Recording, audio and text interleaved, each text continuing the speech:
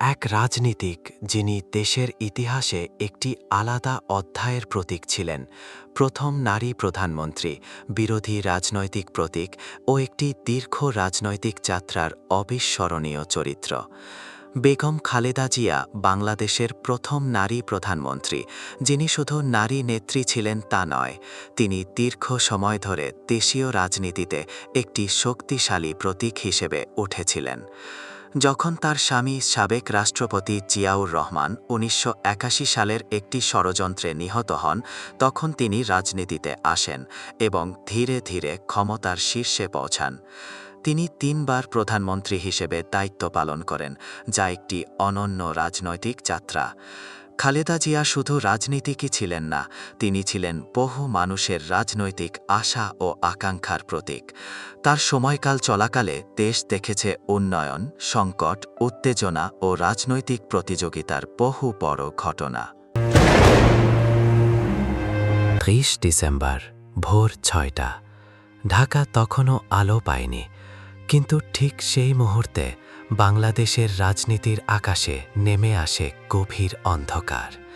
ঢাকার এভারকেয়ার হাসপাতালে চিকিৎসাধীন অবস্থায় সমস্ত বাংলাদেশ স্তব্ধ করে দিয়ে মৃত্যুর কোলে ঢলে পড়েন বাংলাদেশের প্রথম নারী প্রধানমন্ত্রী, ৩ বারের নির্বাচিত সরকার প্রধান, গণতন্ত্রের আপোষহীন সৈনিক বেগম খালেদা জিয়া।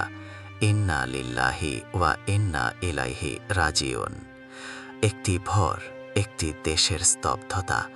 খবর ছড়িয়ে পড়তেই দেশ থমকে যায়, রাজপথে নেমে আসে নীরবতা। মানুষ কথা বলতে ভুলে যায়, চোখ কথা বলে। কারণ এটি শুধু একজন নেত্রীর মৃত্যু নয়, এটি ছিল একটি সময়ের, একটি সংগ্রামের, একটি আপোষহীন অবস্থানের অবসান।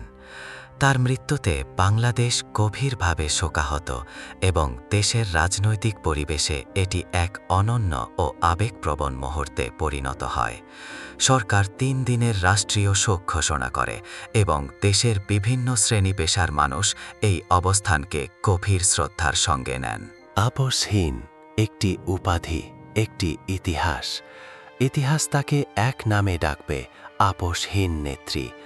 কারণ তিনি ক্ষমতার জন্য মাথা নত করেননি। কারাগার তাকে ভাঙতে পারেনি, অসুস্থতা তাকে থামাতে পারেনি, একাকিত্ব তাকে দুর্বল করতে পারেনি। তিনি জানতেন, সমঝোতা করে হয়তো শান্তি আসে, কিন্তু আত্মসমর্পণ করে ইতিহাস লেখা যায় না। বাংলাদেশ এবং আন্তর্জাতিক পর্যায়েও খালেদা জিয়ার মৃত্যুতে শোকের বৃষ্টি হল। রাজনীতিক, ক্রীড়া তারকা থেকে শুরু করে বিনোদন জগৎ এবং সকল শ্রেণীপেশার ব্যক্তিরা সবাই শোক জানিয়েছেন এবং তার অবদানের কথা স্মরণ করেছেন। এতে শুধু একটি রাজনৈতিক জীবনের সমাপ্তি নয়, বরং বাংলাদেশের রাজনীতির মধ্যে একটি যুগের সমাপ্তি হিসেবেও নেওয়া হচ্ছে। ৩১ ডিসেম্বর ২০২৫ এভারকেয়ার থেকে শেষবারের মতো ফিরোজায় নিয়ে যাওয়া হয়। এরপর দুপুর ১২টায় খালেদা জিয়ার মৃতদেহ বাংলাদেশের পতাকা মোড়ানো ফ্রিজিং লাশবাহী গাড়িতে রাষ্ট্রীয় সম্মানে ঢাকায় জাতীয় সংসদ ভবনের সামনে নিয়ে আসা হয়, যেখানে কোটি মানুষ তাকে শেষবারের মতো দেখতে আসে। এক গভীর শূন্যতা নিয়ে বিকাল ৩টায় জানাজা সম্পন্ন হয়। এটা ছিল এক গভীর আবেগঘন দৃশ্য। বহু মানুষ প্রার্থনা, কুরআনখানি এবং নীরবে দাঁড়িয়ে শ্রদ্ধা জানায়। ঢাকা থেকে শুরু করে দেশের বিভিন্ন জায়গা থেকে মানুষ আসেন, কেউ হাত দিয়ে কফিন স্পর্শ করেন, কেউ কণ্ঠে দোয়া। এ সময় সারা বাংলাদেশ যেন এক গভীর নীরব শ্রদ্ধায় স্তব্ধ হয়ে পড়ে। দাফন অনুষ্ঠানে উপস্থিত ছিলেন রাজনৈতিক ব্যক্তিত্ব, পারিবারিক সদস্য, সাধারণ নাগরিক এবং আন্তর্জাতিক পর্যায়ের প্রতিনিধিরাও। মুসলিম বিশ্বের ইতিহাসে নজিরবিহীন জানাজা। তার জানাজার দিন বাংলাদেশ নয়, পুরো মুসলিম বিশ্ব যেন তাকিয়েছিল ঢাকার দিকে। সমস্ত ঢাকা শহরটাই যেন জানাজা নামাজের মাঠ হয়ে গিয়েছিল দেশনেত্রী বেগম খালেদা জিয়ার জন্য। লাখ নয়, ১০ লাখ নয়, কোটি মানুষের সমাগম। যতদূর চোখ যায় মানুষ, মানুষ আর মানুষ। বিশ্ব ইতিহাসে, মুসলিম বিশ্বে কোনো নারীর জানাজায় কখনো এত মানুষের উপস্থিতি হয়নি। এটি ছিল শুধু জানাজা নয়, এটি ছিল একটি জনরায়ের মতো, একটি নীরব গণভোটের মতো। মানুষ বলছিল তিনি আমাদের নেত্রী ছিলেন, কেউ বলছিল তিনি আমাদের সাহস ছিলেন, তিনি ছিলেন আমাদের মা, আমাদের অভিভাবক। তার মৃত্যুতে বাংলাদেশ একজন অভিভাবক হারালো। তার জানাজায় এসে কাঁদেনি, চোখের পানি ঝরেনি এমন মানুষ দেখা যায়নি। সবার চোখে মুখে যেন শোকের ছাপ। শেষ বিদায়, কিন্তু শেষ নয়। কফিনের সামনে দাঁড়িয়ে অনেকে হাত তুলেছে, কেউ দোয়ার জন্য, কেউ বিদায়ের জন্য, কেউ শুধু শেষবার দেখার জন্য। রাষ্ট্রীয় মর্যাদায় পূর্ণ সম্মানে তাকে সমাহিত করা হয় তারই স্বামী সাবেক রাষ্ট্রপতি জিয়াউর রহমানের পাশেই, জিয়া উদ্যানে। মাটির নিচে গেলেন আমাদের মা, কিন্তু মাটির ওপরে রেখে গেলেন একটি অমলিন ইতিহাস।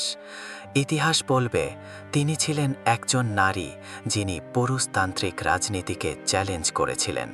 তিনি ছিলেন একজন নেত্রী যিনি পরাজয় মেনে নিয়েছেন কিন্তু আপোষ মেনে নেননি। তিনি ছিলেন একজন মানুষ যিনি আলো ছায়া দুই দেখেছেন কিন্তু শেষ পর্যন্ত মাথা উঁচু রেখেই বিদায় নিয়েছেন। কিছু মানুষ মরেও বেঁচে থাকেন কারণ তারা মানুষের হৃদয়ে জায়গা করে নেন। বেগম খালেদা জিয়া তেমনই একটি নাম। রাজনীতি বদলাবে, সময় বদলাবে, ক্ষমতা বদলাবে, কিন্তু আপোষহীন নেত্রী এই নামটি বাংলাদেশের ইতিহাস থেকে কখনো মুছে যাবে না। আল্লাহ তাআলা তাকে জান্নাতুল ফেরদৌস নসিব করুন, আমিন। দেশের বাইরে আমার কোনো ঠিকানা নেই, এটাই হলো আমার ঠিকানা। এই দেশ, এই দেশের মাটি, মানুষই আমার সবকিছু। কাজে আমি দেশের বাইরে যাব না।